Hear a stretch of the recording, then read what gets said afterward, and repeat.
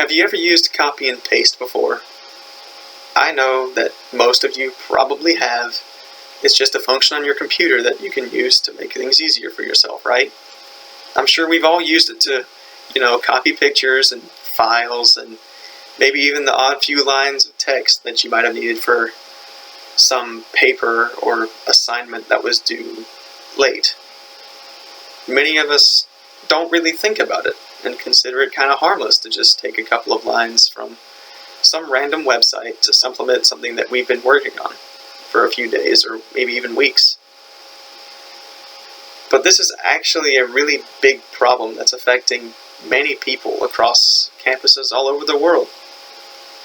I'm talking about cyber plagiarism. It affects a large part of society in America and many other countries across the globe. So what exactly is cyber plagiarism, you might ask? Cyber plagiarism is the act of taking someone else's information from the internet without giving that person proper credit.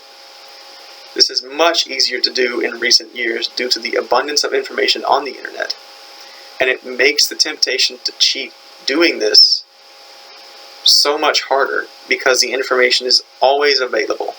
You have smartphones, laptops, and many tablets that can access the internet at any point in time and receive this information. People plagiarize every day and don't realize that they're doing it. It's a problem that's easy to get into because of this idea that it's harmless and you don't hurt anyone by doing it. This ranges from simply taking a couple of lines of text from a website that you might have needed to just top off that term paper that you were so desperate to finish, to copying pictures and files of someone else and claiming them as your own by adding your name rather than theirs. By doing this, you commit the act of theft by taking someone else's work that they have worked hard to make and saying that it is yours instead. A study was done in 1997 that states that 36% of students in the undergraduate level have plagiarized at least one time, and the numbers have only increased since then.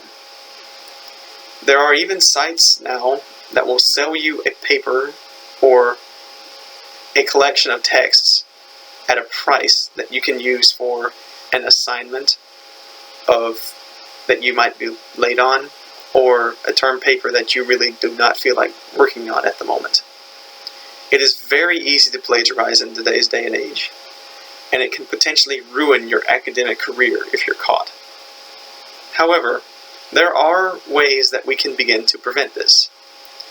There are ways online, whether by checking yourself or by using sites that can check for you that you can use to avoid plagiarism. Turnitin.com is an excellent example of this.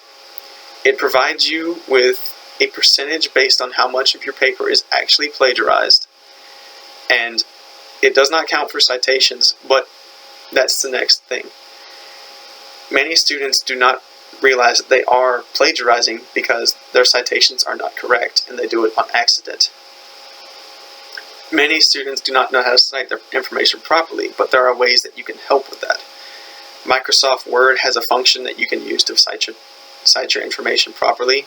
There are websites online that you can use to cite your information properly by entering in certain information. And if all else fails, you can simply learn yourself. There are many tutorials online, and I know that MLA citation is not hard to learn.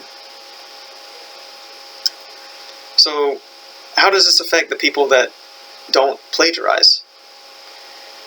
This information can save them from being part of the problem, as well as then they can spread it to those that do and help them to stop being part of the problem. Plagiarism also affects those that commit it, but their actions undermine the work that many people have done. And when they steal that work, it decreases the value of it. Cyber plagiarism takes this to a new level by having the information that one can steal for themselves at their fingertips at all time.